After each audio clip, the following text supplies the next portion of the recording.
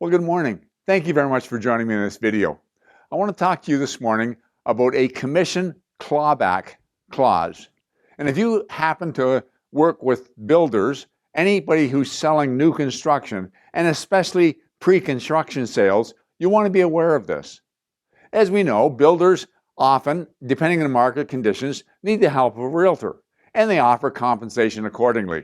And if they're rolling out a subdivision, they may have a model home, they may have homes that are completed or in some kind of a process of completion, and the consumer can see what they're buying, walk around, and they may participate in the completion of with a type of interior color and maybe some minor alterations to the floor plan and so on.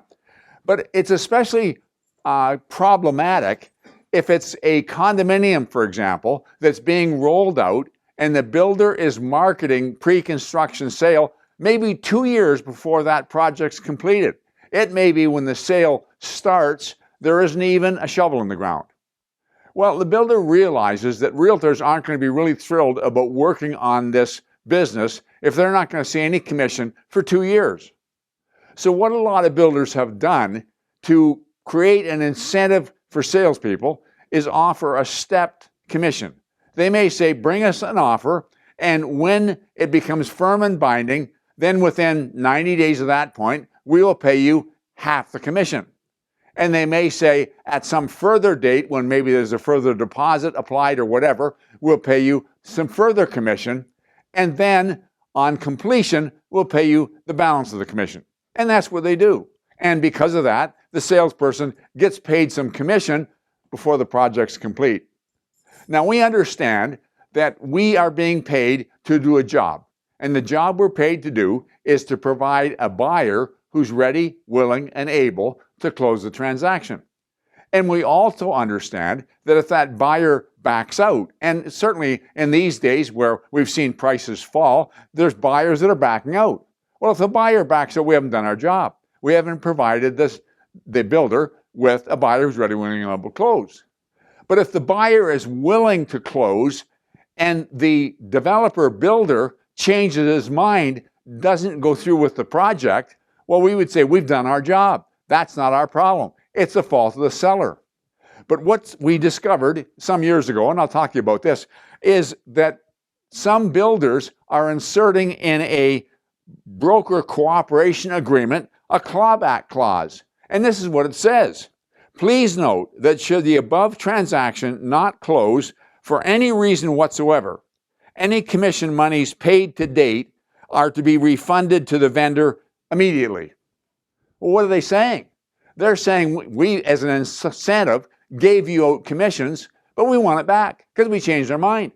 We got caught in this, and it turned out that the developer went bankrupt, but he had assigned his interests, these interests, to a third party, and that third party wanted the commission back. Well, in our case, the person who had been paid the commission was no longer in the business. They were on a 90-10 split. We as a brokerage didn't have the money, didn't receive the money, but they were looking at us to pay out the money. And the problem is that we never heard about this. When you get a number of listings in, I as a broker don't sit down and read all the fine print of all the listings. And so I had never seen this. The agent indicated to me that he wasn't aware of it, but it was there. And I think if it had gone to court and we had a sharp lawyer, we probably could have successfully fought it, because there's the principle of unjust enrichment.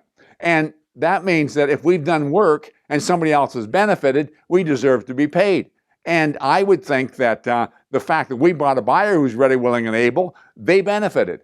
But we had received half the commission, and we would have, had we gone to court, fought for the whole commission because we did the job. But once again, you look at the cost of litigation and so on, and you end up paying back the commission. So if you are dealing with a new build, now you may not be the listing agent, there may not be a listing agent. It may be a cooperation agreement with the builder that he cooperates with realtors. You become a cooperating brokerage, and you bring a buyer, and he gets you to sign a cooperation agreement, and in the fine print there's this clawback clause. Make sure you're aware of it. Make sure I or your broker is aware of it. And then there becomes the problem of how the broker is going to handle it. And that's tricky. I know of one brokerage that they just don't pay it out.